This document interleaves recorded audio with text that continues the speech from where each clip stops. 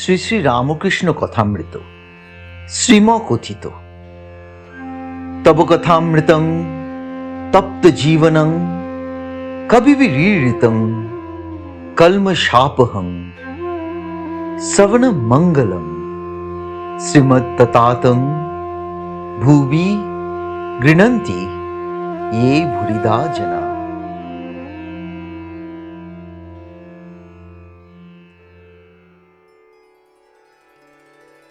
অষ্টম পরিচ্ছেদ। দক্ষিণেশ্বর মন্দিরে ভক্ত সঙ্গে শ্রীরামকৃষ্ণ। ঠাকুর শ্রীরামকৃষ্ণ দক্ষিণেশ্বর মন্দিরে নিজের ঘরে দাঁড়াইয়া আছেন ও ভক্ত সঙ্গে কথা কইতেছেন। আজ রবিবার 14ই জ্যৈষ্ঠ, কৃষ্ণা পঞ্চমী, 27 মে 1883 খ্রিস্টাব্দ। বেলা 9টা হইবে। ভক্তেরা ক্রমে ক্রমে আসিয়া জুটিতেছেন। শ্রীরামকৃষ্ণ মাস্টার প্রভৃতি ভক্তদের প্রতি বিদ্বেষ ভাব ভালো নয়।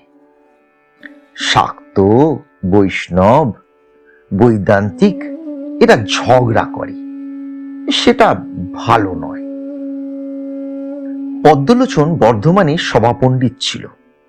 সভায় বিচার হচ্ছিল, শিব বড় না ব্রহ্মা বড়। পদ্মলোচন বেশ বলেছিল, আমি জানি না, আমার সঙ্গে শিবেরও আলাপ নাই, ব্রহ্মারও আলাপ নাই, সকলের হাস্য। ব্যাকুলতা থাকলে সব পদ দিয়েই তাকে পাওয়া যায়, তবে নিষ্ঠা থাকা ভালো। নিষ্ঠা ভক্তির আরেকটি নাম অব্যভিচারিণী ভক্তি। যেমন এক ডেলে গাছ সোজা উঠেছে, ব্যভিচারিণী ভক্তি যেমন 5 ডেলে গাছ। গোপীদের এমনি নিষ্ঠা যে বৃন্দাবনে মোহনচূড়া, পিত ধরা পড়া রাখাল কৃষ্ণ ছাড়া আর কিছু ভালোবাসবে না। মথুরায় যখন রাজবেশ পাগড়ি মাথায় কৃষ্ণকে দর্শন করলে, তখন তারা ঘোমটা দিলে আর বললে, ইনি আবার কে? এর সঙ্গে আলাপ করে আমরা কি দ্বিচারিণী হব? স্ত্রী যে স্বামীর সেবা করে সেও নিষ্ঠা ভক্তি।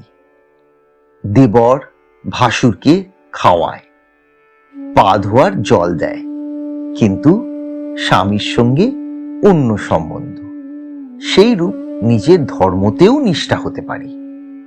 তা বলে অন্য ধর্মকে ঘৃণা করবে না, বরং তাদের সঙ্গে মিষ্ট ব্যবহার করবে। জগন্মাতার পূজা ও আত্মপূজা, বিপদনাশিনী মন্ত্র ও নৃত্য। ঠাকুর গঙ্গা স্নান করিয়া কালীঘরে গিয়াছেন, সঙ্গে মাস্টার। ঠাকুর পূজার আসনে উপবিষ্ট হইয়া মার পাদপদ্মে ফুল দিতেছেন, মাঝে মাঝে নিজের মাথায়ও দিতেছেন ও ধ্যান করিতেছেন। অনেকক্ষণ পরে ঠাকুর আসন হইতে উঠিলেন, ভাবে বিভোর নৃত্য করিতেছেন আর মুখে মার নাম করিতেছেন। বলিতেছেন, মা বিপদ নাশিনী গো, বিপদ নাশিনী। দেহ ধারণ করলেই দুঃখ বিপদ, তাই বুঝি জীবকে শিখাইতেছেন তাকে বিপদ নাশিনী এই মহামন্ত্র উচ্চারণ করিয়া কাতর হইয়া ডাকিতে। পূর্বকথা।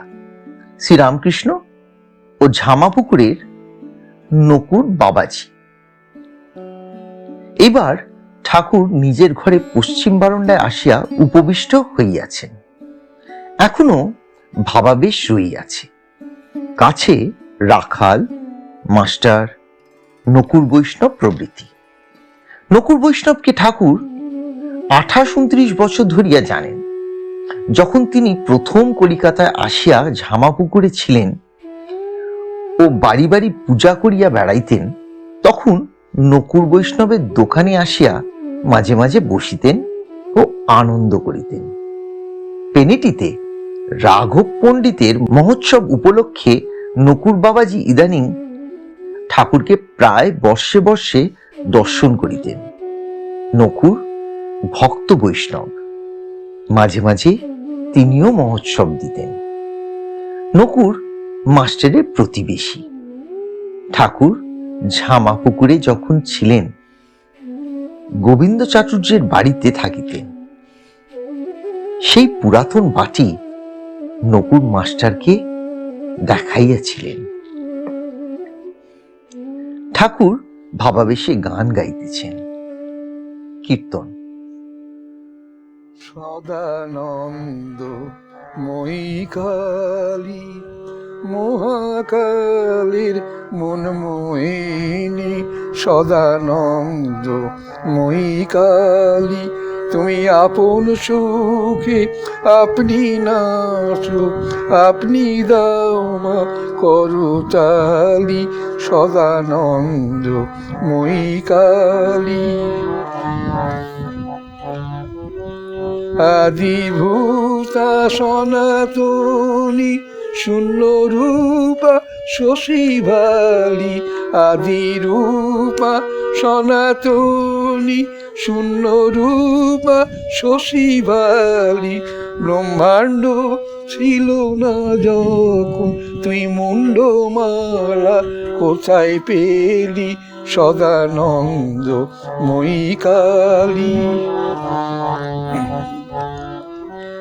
সবে মাত্র তুমি যন্ত্রী, আমরা তোমার তন্ত্রে চলি, যেমন করাও তেমনি করি মা, যেমন বলাও তেমনি বলি, নির্গুণে কমলাকান্ত দিয়ে বলে মা গালাগালি, সর্বনাশী ধরে ওসি ধর্মাধর্ম দুটো খেলি, সদানন্দ মই কালী মহাকালীর মন মোহিনী, সদানন্দ মই কালী। আমার মা তুমি তারা, তুমি শ্রীগুণ ধরা পরাৎপরা, মা তুমি তারা। আমি জানি মা দিন দয়াময়ী, তুমি দুর্গমেতে দুঃখ ভরা, মা তুমি তারা, আমার মা তুমি তারা।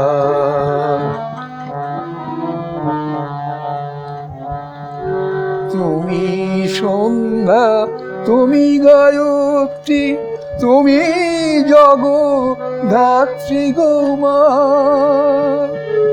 অকুলের প্রাণকর্ত্রী, সদাশিবের মনোহরা, মা তুমি তারা, আমার মা। তুমি জলে, তুমি স্থলে, তুমি আদু মূলে গো মা, তুমি জলে, তুমি স্থলে, তুমি আদু মূলে গো মা, আছো সর্বঘটে অর্ঘ পুটে, সাকার আকার নিরাকারা, মা তুমি তারা, আমার মা, মা মা তুমি তারা। পুরিয়ে ভবসাগরে ডুবে মা তনুর তরি, মায়া ঝড় মোহ তুফান ক্রমে বারে গো শঙ্করী, পড়িয়ে ভব সাগরে ডুবে মা তনুর তরী।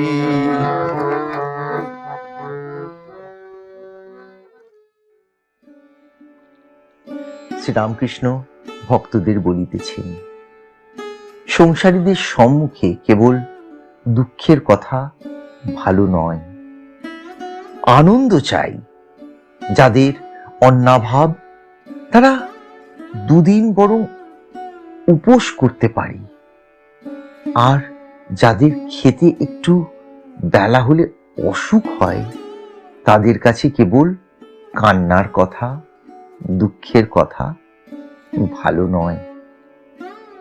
বৈষ্ণবচরণ বলতো, কেবল পাপ পাপ, এসব কি, আনন্দ করো। ঠাকুর আহারান্তে একটু বিশ্রাম করিতে না করিতে মনোহর সাই গোস্বামী আসিয়া উপস্থিত। শ্রীরাধার ভাবে মহাভাবময় শ্রীরামকৃষ্ণ। ঠাকুর কি গৌরাঙ্গ? গোস্বামী পূর্বরাগ কীর্তন গান করিতেছেন। একটু শুনিতে শুনিতেই ঠাকুর রাধার ভাবে ভাবাবিষ্ট। প্রথমেই গৌরচন্দ্রিকা কীর্তন। করতলে হাত, চিন্তিত গোড়া, আজ কেন চিন্তিত? বুঝি রাধার ভাবে হয়েছে ভাবিত। গোস্বামী আবার গান গাইতেছেন। ঘরের বাহিরে দণ্ডে শতবার তিলে তিলে আসে যায়, কিবা মনোচটন নিঃশ্বাস সগন কদম্বে কাননে চায়। রাই এমন কেন বা হলো গো, রাই এমন কেন বা হলো গো। গানের এই লাইনটি শুনিয়া ঠাকুর শ্রীরামকৃষ্ণের মহাভাবের অবস্থা হইয়াছে। গায়ের জামা ছিঁড়িয়া ফেলিয়া দিলেন। কীর্তনিয়া যখন গাইতেছেন, শীতল তছু অঙ্গ তনুর পরশে অমনি অবশ অঙ্গ।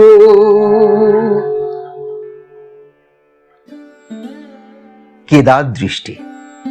ঠাকুর কীর্তনের সুরে বলিতেছেন, প্রাণনাথ হৃদয় বল্লভ তোরা, কৃষ্ণ এনে দে সুইদের তো কাজ বটে, হয় এনে দে না হয় আমায় নিয়ে চল, তোদের চিরদাসী হব।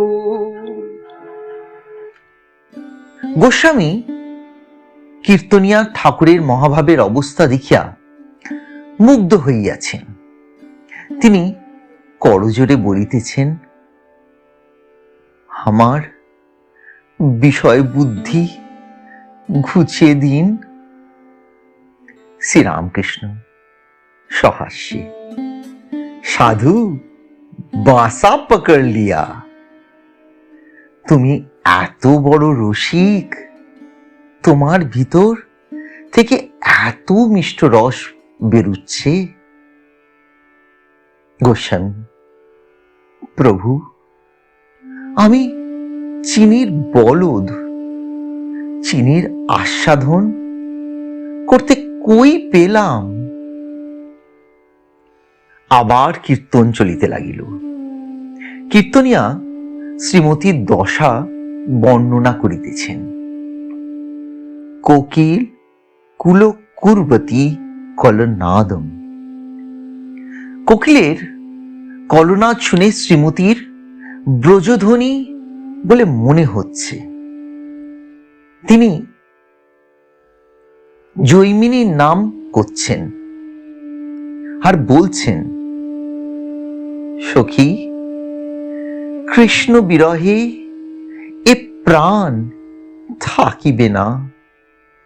রেখো দেহ তমালের ডালে। গোস্বামী রাধা স্বামীর মিলন গান গাইয়া কীর্তন সমাপ্ত করিলেন।